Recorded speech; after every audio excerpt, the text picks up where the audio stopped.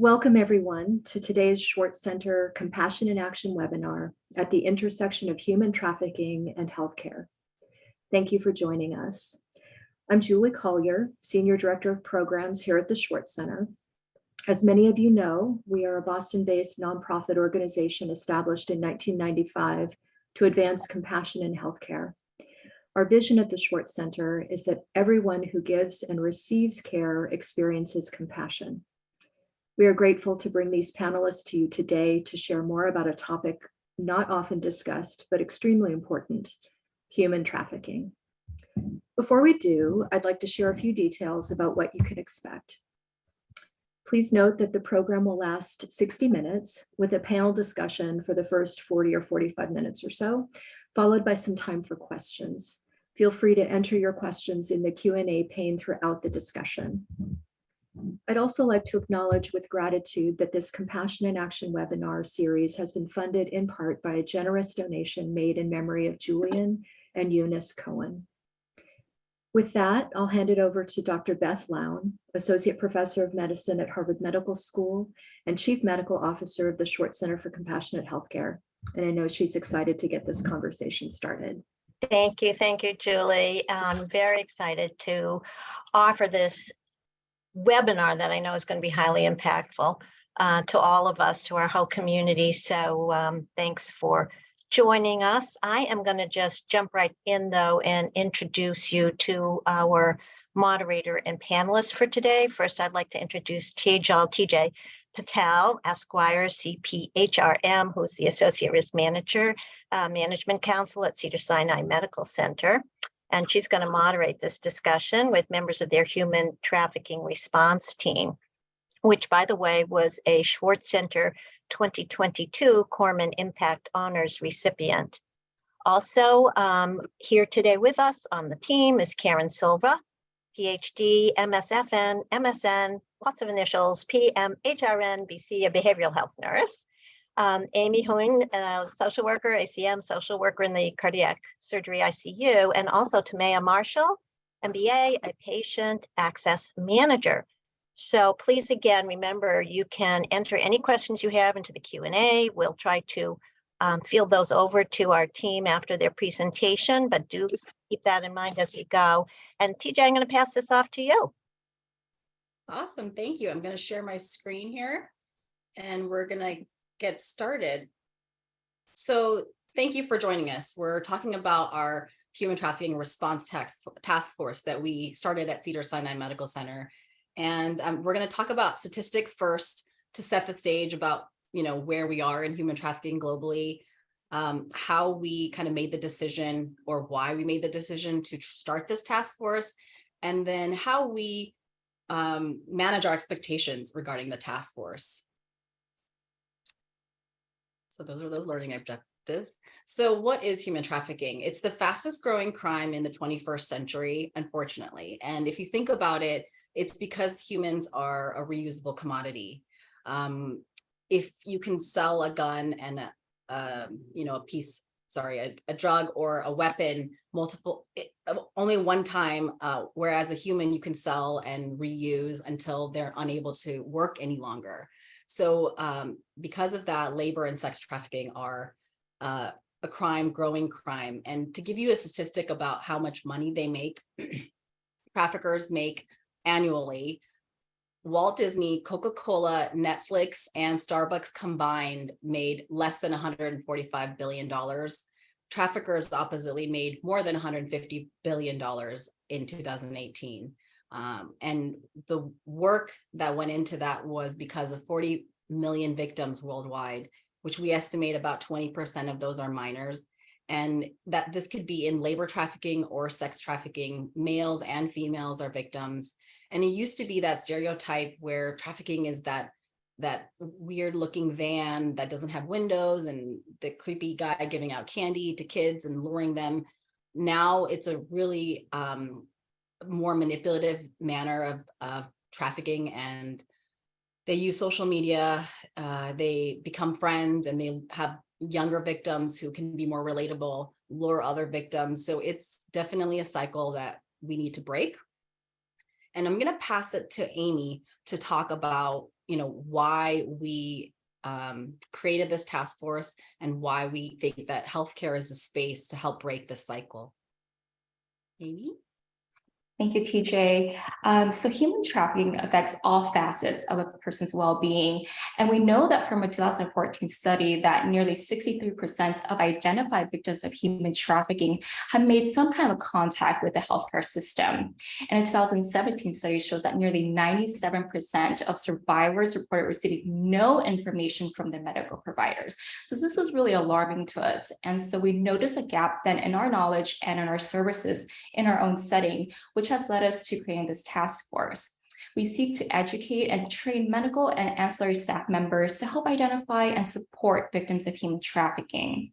We also serve as expert consultants to our internal hospital staff on how to appropriately intervene once a victim has been identified.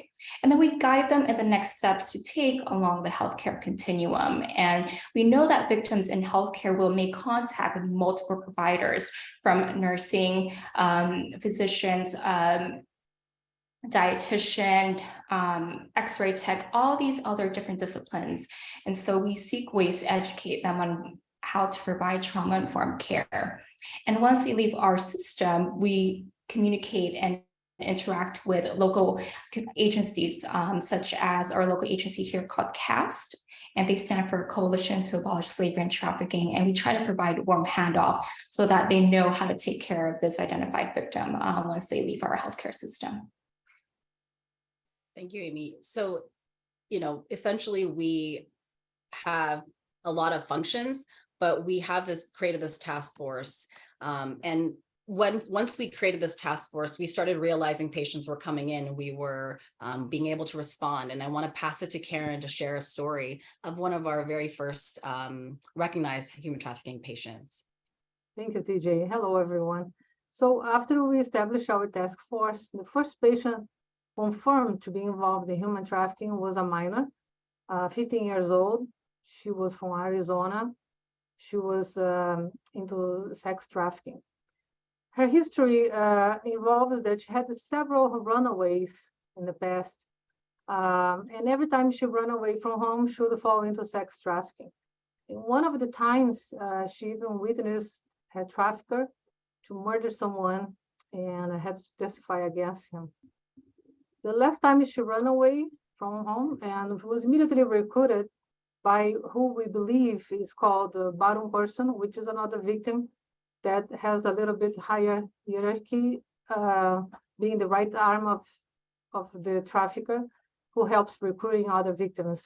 And she brought her into California.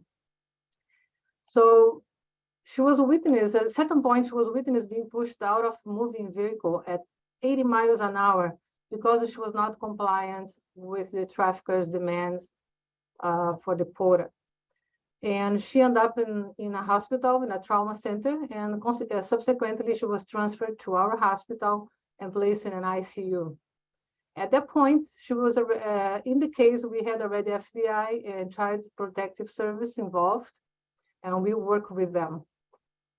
So from this case, lessons we learned, this was a case that taught us a lot because it was our first case and we had a lot to improve. But we learned, the biggest lessons we learned is that we recognize that the environment where victims of human trafficking live is very violent, and that reflects upon their behavior. So their behavior varies from very submissive, fearful, compliant, to very hostile, manipulative, assaultive. So those are defense mechanisms or survival skills, I should say. Another thing that we also learned is that although that triggers a lot of empathy and compassion from us, healthcare workers, we should not allow that to blunt our ability to be therapeutic. And that means to still have boundaries established, take precautions like working in pairs to avoid accusations, setting limits, setting expectations. Those are necessary. And that should never be interpreted as lack of empathy. Just reminding that the behaviors reflected because of the violent environment, they can also transfer that to us. And the third lesson we learned is that even though we always have a lot of respect for the patients or victims' personal choice and personal belongings, it's very important to check possessions for contraband. They often bring in drugs, cigarettes, lighters, and we're using oxygens, and victims are sometimes smoking in the room. They bring a lot of cell phones for communication with traffickers or bottom people. And in this case, this young lady, she called the trafficker and told exactly where she was, and that put everybody at security risk. So those are valuable lessons that we learned with her. Thank you, Karen. And I remember from this situation that we had educated security, not maybe 5 days before this patient came in. And I believe our FBI counterparts, even, not to toot our own horn, but thanked us to actually be responsive and have our security understand what to do and how to kind of support the clinical team with patients of trafficking. So just wanted to kind of mention that as well. Another interesting fact is Karen actually brought this idea to us. She teaches in Brazil, if you don't mind me saying, Karen, and she, they were actually having this education be required. And then she came back to America, and we are in California here, and it's not required. And so we, as a task force or just a group of people, decided, we found a gap and we were going to start this training. The problems with it are that it's hard to manage expectations once we've started the task force. I'm going to pass to Tameia, but before I do, I wanted to just mention the identification of patients being victims of trafficking isn't as clear as like yes or a no. You kind of have to look at a lot of the red flags that we talk about in our presentation and our training, and look at a combination of things or ask more questions. And so we learned early on that we couldn't just make identification the factor of success. So Tameia, do you want to take over and talk about what we consider success as a task force? Yeah, absolutely. Thank you, TJ. Just adding to that, our success is felt in spreading awareness and giving visibility to what human trafficking is and providing resources if we encounter someone that would be considered a victim. We've done this by conducting 100+ trainings where we've trained not only employees and partners at Cedars-Sinai, but we've been able to spread awareness to over 2,800 people and counting in the community, various schools, and even conferences, thankfully. This was initially done without funding, right? So we were able to partner with leadership. Now we have their support. We also have the funding, which was able to get us these lip balms that have the reference, the national reference number for victims suspected or confirmed that would need assistance. And this is actually a really clever way to plant a seed, right? So our team continues to educate themselves. They stay current, thankfully, and the funding has also assisted us in the transportation expenses when we're educating external audiences. So we basically consider, bringing more awareness and bringing the issue to people, taking the invisible patients and making them visible, our success. So it's hard to measure in a number, but we do try to kind of track where we're training, how many we're training, what kinds of training we're doing, so that we can at least provide input to our leaders to say, this is what we've done this year. This is how many people, are trained. We're also working on getting, continuing learning education, which I failed to put in the presentation. So I'm adding it here. But we just haven't gone to that next step yet, which it's a matter of time and resources. So I think the next slide we're going to talk about, Amy is going to talk about what we think the secret sauce is to kind of our longevity. We've been doing this work in various forms since 2016. So these are the kind of top things that we talked about. Amy, do you want to talk about those? Absolutely. So we're made of a multidisciplinary team. And so it's really great because our team members all have different professional training. So we're able to contribute to the group from different angles. And what we do is we provide foundational information about human trafficking to the audience. And then we try to tailor the presentation to each target audience by providing case scenarios in which they may encounter a potential victim. For example, when we were educating our dietary and nutritional staff, we presented the example of they may be consulted to see a patient because there were reports of patient being malnourished or cachectic. And we know that some of the presenting symptoms would be, not sleeping or eating for days and being provided stimulants to keep themselves energized and focused to do the work. And so this might be an instance where we consult the dietitian to go and see the patient to make sure that they get proper nutritional intake. Another example, when we provided a presentation to our rehabilitation staff, including physical therapy and occupational therapy, is that they may be consulted to see patients who have sustained traumatic injuries, being pushed out of a car or being so hard by a bat or a metal pipe, which we've seen. And so they may be asked to see these patients to help in their recovery process. And so we try to tailor our presentations in that sense that it applies to the audience that we're presenting to. And our trainings have really evolved over time to enhance the presentation for our participants. We used to begin and end our presentation with a pre and post questionnaire and a case study to engage our audience, but we have since moved away from that by highlighting actually the lived experience of survivors. And so we do that by showing a video clip in the beginning of the presentation, and then we end with a very personal story from our very own Tameia Marshall. And this has really made the trainings even more impactful and powerful. So we think that's a really great addition to our presentation. And then our group email really makes it easy for internal staff and external groups to reach any one of us. And we're able to respond efficiently because once the email is sent, it goes to all of the team members here, and we're able to respond accordingly based on who's available. And that has been really, really great because we're able to respond to urgent and emergent situations.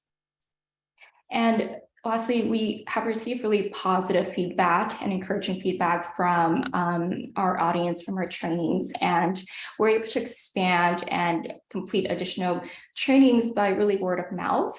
And so far, we've really embraced this kind of like organic growth that we've seen so far.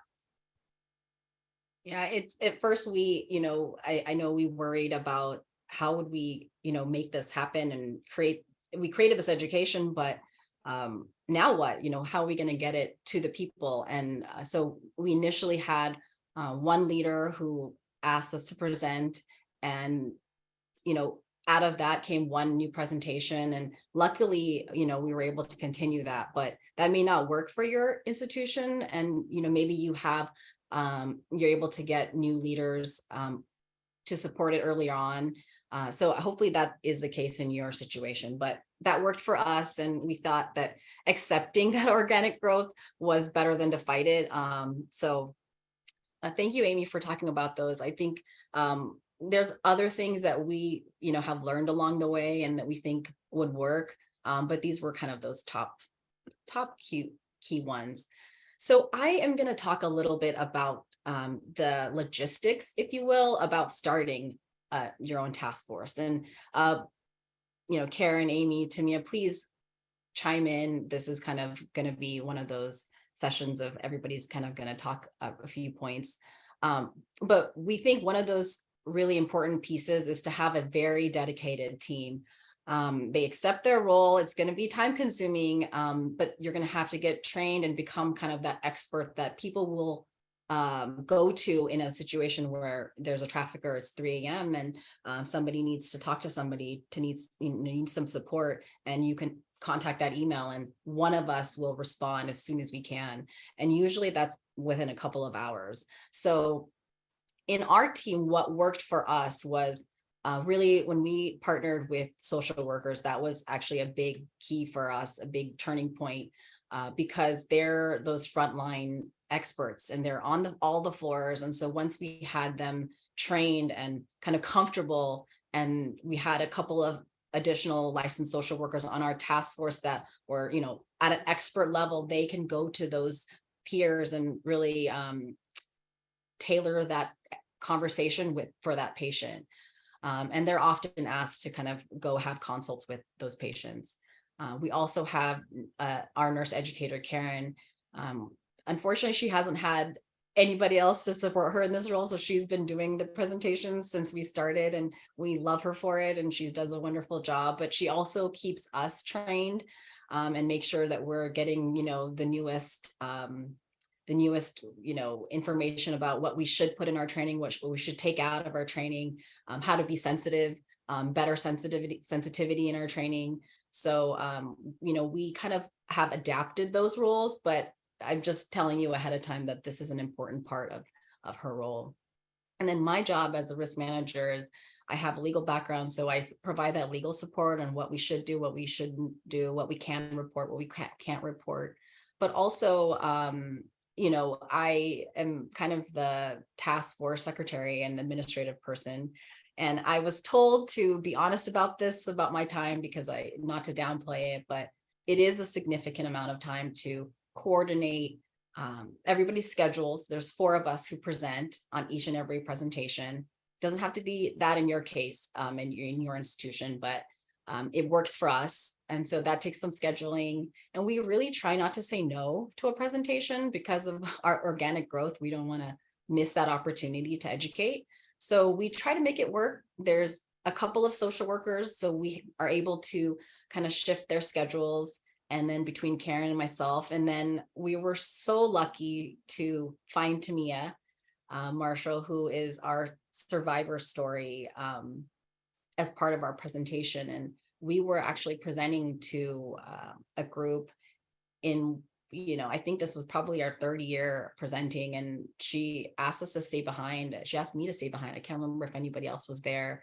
And she shared her story with me. And Tameia, do you want to share your story with us here? Would you mind? No, not at all. I love to. So, hi everyone again. I am the mother of a survivor. So my daughter was 15 years old. She was compromised and confirmed as a victim of human trafficking at the age of 16 in 2016. From there, we went through 2.5 years of turmoil and trauma, and we were able to come out on a different side now, where my daughter is able to function, in the world, have a job, socialize with people. She definitely has some drawbacks with the anxiety and things of that sort. But this road was tough and tumultuous for us, and we encountered many adversities.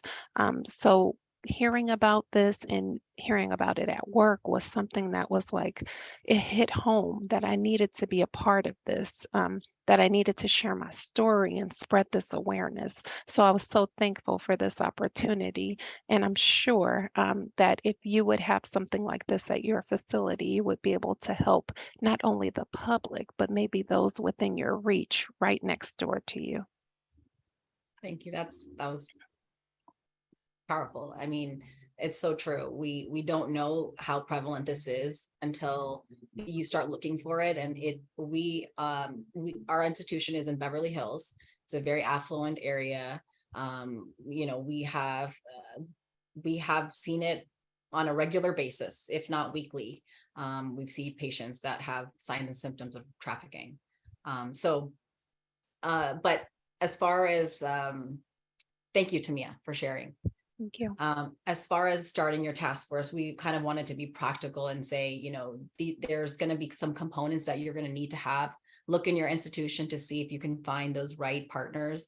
And the survivor story took us a few years to find. We kind of did other things, and that Tameia came to us, and so that's why we value her story. She's helped us create a better presentation and reach the audience a lot more.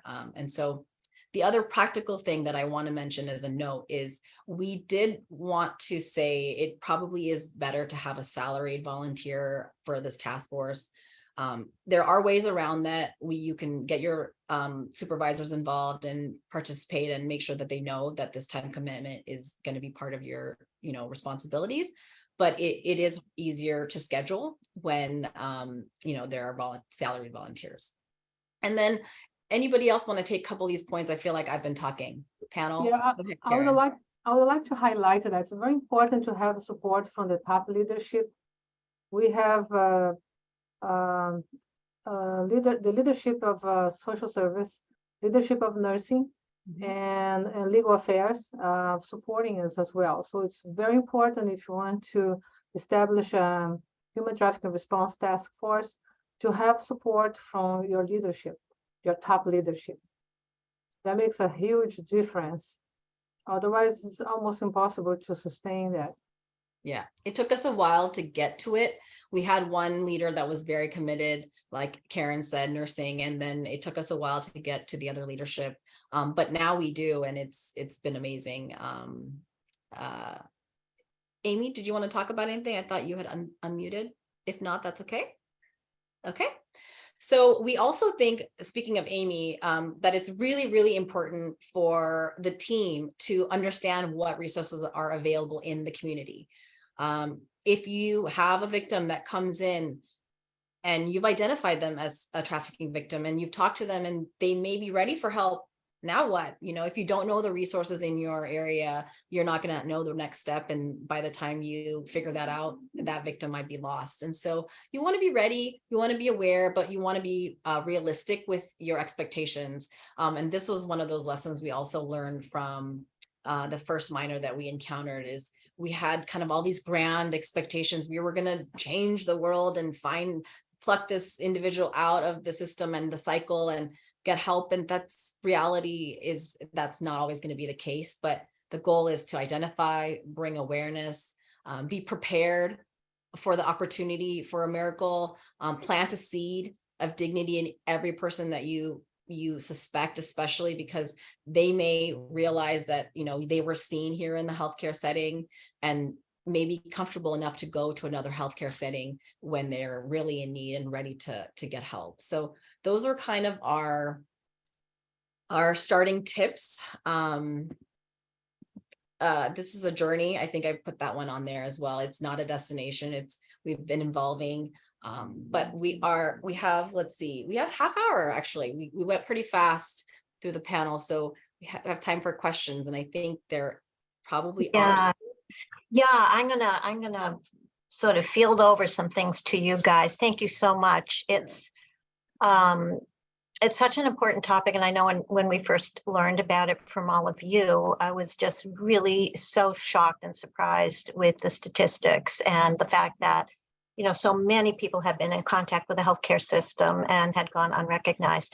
And that that is one of the questions there. And I know you mentioned things like physical signs and symptoms. I have two questions for you.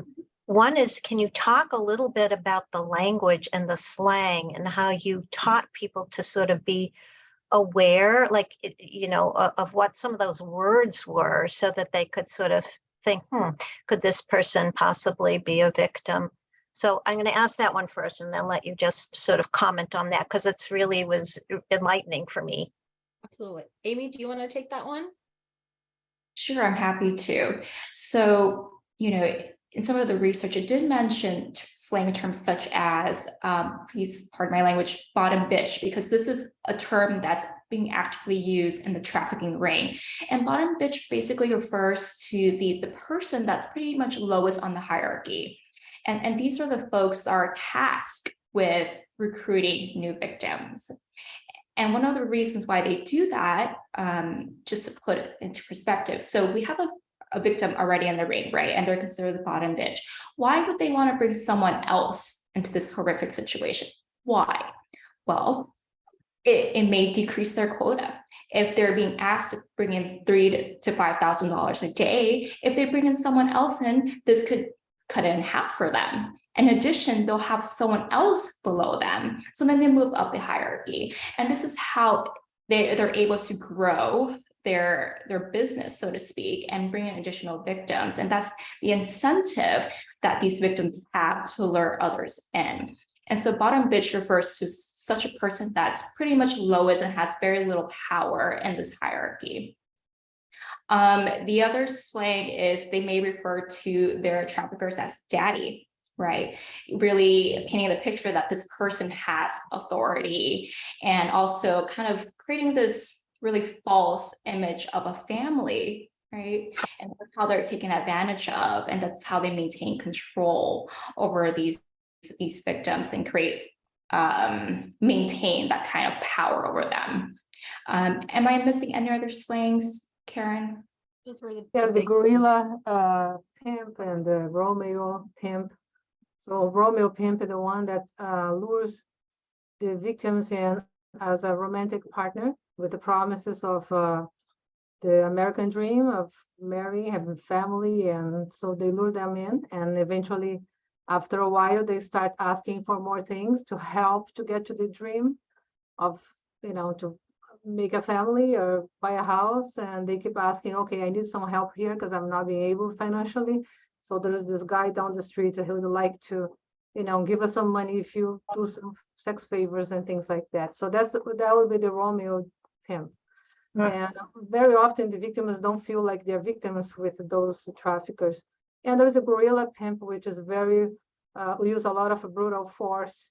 Normally the ones with sex workers on the streets, they suffer the most violence. And usually their traffickers are called gorilla pimp. They use the force and coercion and a lot of violence, that takes place. It's frightening. It strikes me too that there's a considerable overlap with victims of trafficking and substance use disorders. And I don't know, for some clinicians, maybe that's a little bit more visible and identifiable than this, which is probably just a little bit less, in the forefront of our awareness and understanding. But can you comment on that as well? And, how that plays into this whole cycle? Go ahead, Karen. Oh, I guess Amy was going to. Go ahead, Amy. Oh, okay. Yeah. So we do. So stimulants are given, like stimulants like meth, heroin, like something really highly addictive, are usually provided to victims because it energizes them, right? It keeps them awake to do the work, and also is a form of control. So if they continue to be dependent on their traffickers for drugs, and it's really hard for them to break away from this cycle. And so that's when addiction becomes a real issue. And let's say they're able to break away from that. It's temporary. If they don't have the support system in place, it's very temporary, and they end up coming back. And so it creates this vicious cycle where they have some kind of courage to leave, but then their body is telling them that they need this really to stay alive, right? And to maintain some kind of sanity, because they're either going to withdrawal or having some really challenging cravings. So that's the overlap that we see. So stimulants are often used as a form of control and for dependence on their trafficker. We also may use CNS depressants, especially if victims are in pain for several reasons. Sometimes chronic stages of their illnesses that should be taken care before or diagnosed before, but never being a doctor. So they might suffer pain or disability from that a little bit. With labor trafficked people, usually they don't use drugs because that affects their performance in labor. Maybe stimulants, maybe caffeine. They often deprived from sleep and work about 18, 20 hours a day. So those would be the drugs if they use just to keep up with energy. I'm going to read, thank you so much, folks. I want to read some of the questions here. An early question was, what would be an example, TJ, of something not to report? Yeah, absolutely. So we have this question come up all the time, and Amy, please interrupt if I'm saying anything incorrect. But for example, when an adult comes in through the ED, if they are suspected of human trafficking, but you can't see any physical injuries caused by that trafficking or that trafficker, then you have to ask consent for that adult to report. And so that's the key, the fine line that we have to play with trafficking. We can report if we think it's a minor and for, you know, any abuse, but for an adult, we do want to give them some agency here, right? We want to be the ones that are not like their traffickers and controlling them. So we want to enable them and give them some power and educate them, try to give them some information, be available and open. But it's not a reporting issue, right? We're not going to say, hey, we think this is a trafficking victim, because that doesn't really solve the problem. It doesn't get them the help from the community agency either. They have to be willing to have the conversation, answer questions in order to get the help, the soft handoff that Amy talked about before. You know, it raises another whole issue of stigma, you know, and shame, and just the intense despondency and sense of being alone. How do you help people cope with that, to reach out for help in the first place? Go ahead, Amy. Yeah, that's a great question. And that's something that we try to support staff in, right, trauma-informed care. Really basic things that we can do is remind them that they're safe and they're in a safe environment with people who care about them. They have the rights to make choices for themselves, right? And so we do that by making sure that the environment they're in, especially in the healthcare system that we're in, that whoever's accompanying them, that we remove them from their room so they have private space to speak with us. And a lot of the times when we talk to victims, we provide them with the language, what human trafficking actually is. A lot of them don't know that this is illegal. They may have some sense that it's wrong, that they know that they're being taken advantage of, but this is illegal. And they often, no one tells them that this is human trafficking, this is what you're going through, and there's actually help for that. So a lot of what we do when we meet with victims is that we provide them with the language to empower them, right? And let them know that there are people out here trained to help them and support them, and that they can get out of this with the appropriate people in place to help them navigate. And then what Tameia was mentioning is the lip balm, and we created that internally to kind of even give our clinicians some hope, you know, as a kind of a parting item with the victim. It has the National Trafficking Hotline number on it, and so hopefully the trafficker wouldn't see it and recognize it and, you know, harm the victim further for trying to get some help. But if in case they do need at some time some help, they have that number with them. Yeah, that's helpful. Well, this gets me to this next question. It was just, who do you partner with in the community beyond law enforcement? Yeah, we have a lot of partners in the community. We first, in our regional area, there's a Los Angeles Regional Human Trafficking Task Force. So we've connected with them. We work with the resources that they have, law enforcement, community members, community partners, nonprofits. But we also internally did a lot of, you know, going to meetings for community groups, attending sessions with, you know, all the local groups to see what they talked about, how care is provided, do they come to the medical center? Do we send some, you know, a victim there? Like just the logistics of it all. There's a lot of things that we try to coordinate ahead of time. What else is in there? We partner with another group called I Empathize as well, who creates education in like a software module so that it's more accessible. So we're working on that as well to try to make it more available and, you know, readily accessible and free for everybody to access. Yeah, well, that gets to another bunch of questions, like what's available, what can we use, what can we share? You know, how can we spread this kind of awareness and make the education more available, even to the general public? You know, to become more aware of the risks and the symptoms. So anything you can share about that. And also don't forget, we can post stuff on our website where we, in about a week or so, maybe even sooner, we'll post an archive of this webinar, and we can host whatever resources you want to share with our community as well. Okay. There are plenty of like template presentations that, you know, kind of what you should in a basic presentation have included. Trauma-informed care is certainly one of those big aspects that needs to be addressed. In our presentation, we have about like 5 sections. First is kind of the statistics of where human trafficking is now. Next, Amy talks about the cycle of trafficking, kind of how the victim is lured, why they stay, how they can, how they're feeling when they get into the healthcare system, and, kind of that cycle of why they keep going back, which we added later on. We didn't realize we needed it, but we got so many questions about why do they just not leave? Why, from our own providers. And so we added that.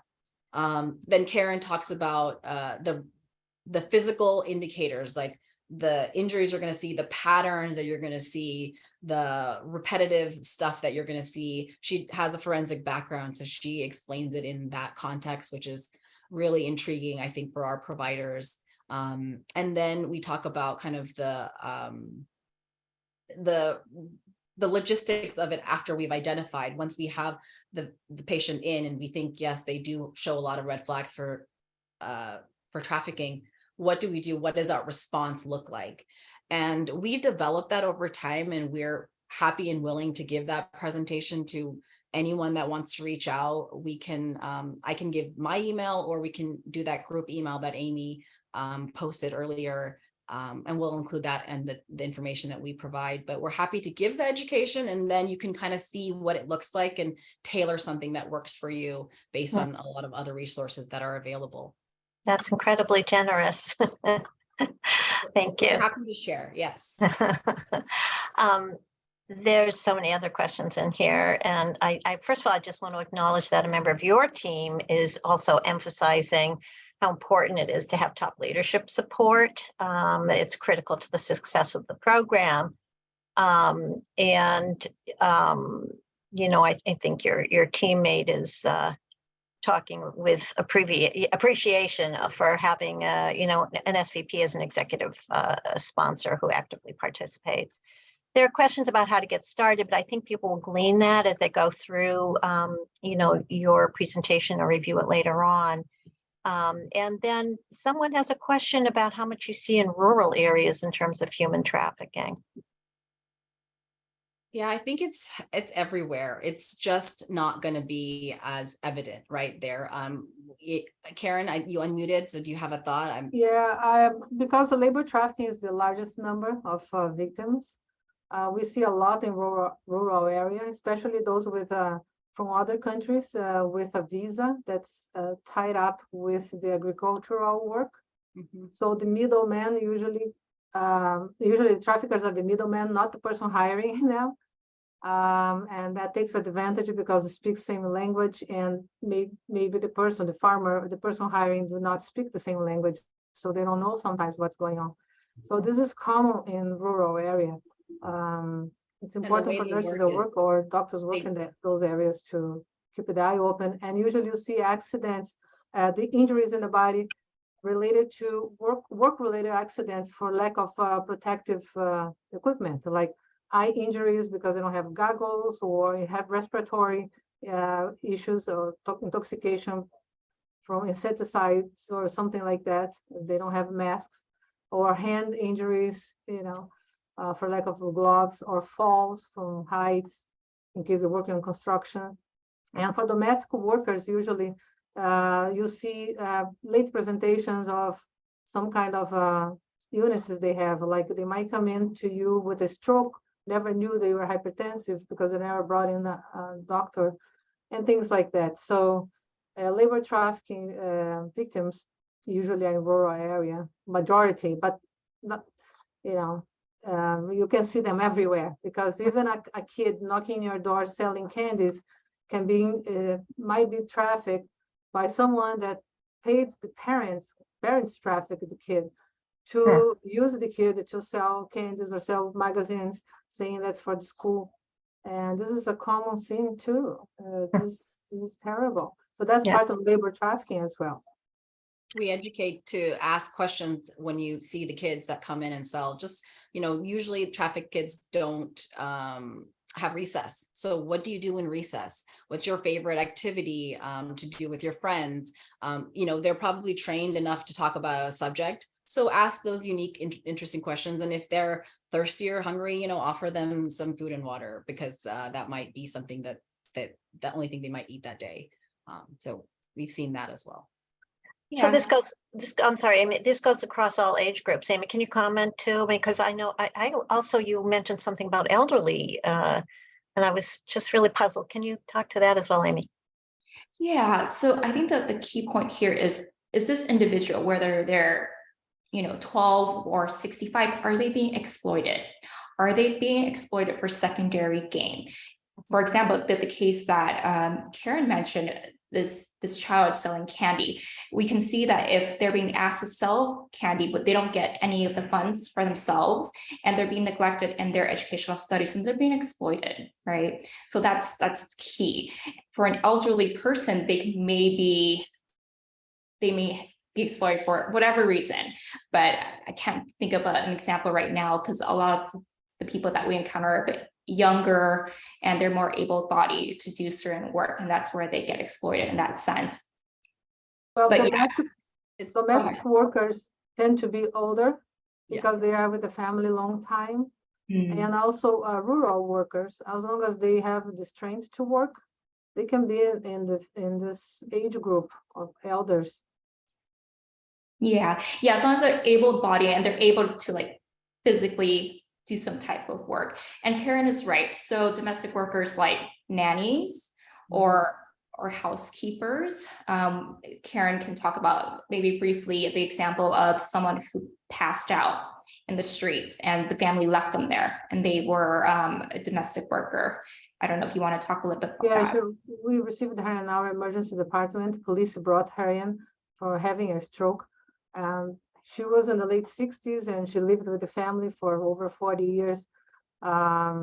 She never been in a hospital or in a doctor. She didn't know she was hypertensive. She lived in the garage. The family said that she was part of the family, but never really, because she lived in a garage, like just a bed in the garage with the cars. And malnourished, no documents, didn't speak English. And once she had a stroke that she really was no longer useful, they kicked her out of the house. And that was a Beverly Hills family. So it's not like, it's someone with money. And obviously they got in trouble for that, but We've also seen as young as babies being, we suspected that there was a trafficking situation. A young student who was going to a college near us had a father, was having twins, came to deliver. The father was in a different country, and we didn't really suspect anything until discharge, when she said she only had one caretaker for the twins, and the address for the caretaker and the twins was different than the affluent address that the student mother was living in. She really didn't seem to want to interact with the kids. And, we started uncovering, and we had suspicions that these kids were born for, other reasons. We couldn't identify what other reasons, but the age range for trafficking or for the need for, victims is wide ranging. Yeah. Well, it brings up this, question one person asked about how do you actually define a human traffic victim, and asks, is it something to do with legal age? No. So maybe you might want to give a definition. That's a good point. I'm sorry I left that out. I definitely put that in part of our presentation. So the trafficking was defined with 3 elements. So it's an act, a means, and an act, a means, and a Purpose. Thank you, Amy. Oh my gosh, I can't believe I forgot that. So the act is a movement of anything. So you can have a person being moved from one place to another. That's enough to make it the act. But the purpose has to be for exploitation, right? For a minor, that's enough. The act of moving somebody from one place to another for the purpose of exploitation is trafficking. For an adult, there's an added element of means, which is you do it through fraud, force, or coercion. So there has to be some way in which you're doing the act for exploitation. So it's a very generic definition, but it's specific in that somebody else is benefiting from the victim's work. whether that's sex work, labor in other forms, donation of organs. It's just somebody else is benefiting from the work and labor or parts of of a victim. And that's why it makes so difficult for victims sometimes to identify themselves as victims, because they might be coerced or deceived, but not really forced.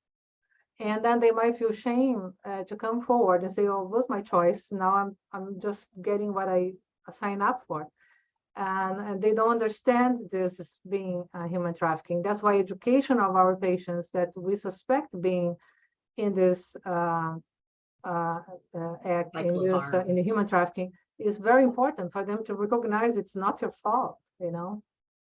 Yeah, that's part of the cycle of partner violence and every situation. There's another really interesting question here. I mean, I know you spoke about TJ about pregnancies and things like that, and this is the question is, how is the risk and reality of pregnancy dealt with in the world of human trafficking? And this is of course top of mind in the post-Roe era, but can somebody comment on that? It's a major problem, and I'll let others talk, but I wanted to just mention that, we've seen situations where the trafficker controls their victims through having kids. So the victim is unaffected by the other means that the trafficker is using, whether that's violence or manipulation against her sister wives or, whatever they call themselves.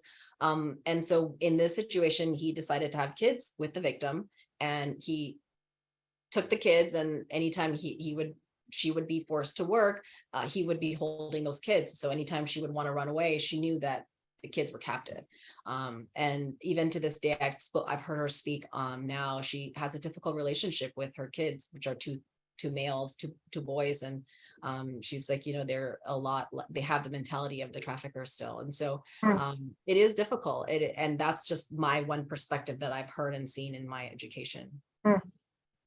And seeing them without prenatal care, multiple pregnancies and subsequent abortions, not planned pregnancies, obviously. Here, the last two cases we had a few weeks ago were both had a baby from the trafficker. And one of them was like a Romeo pimp, he would come and go in her life.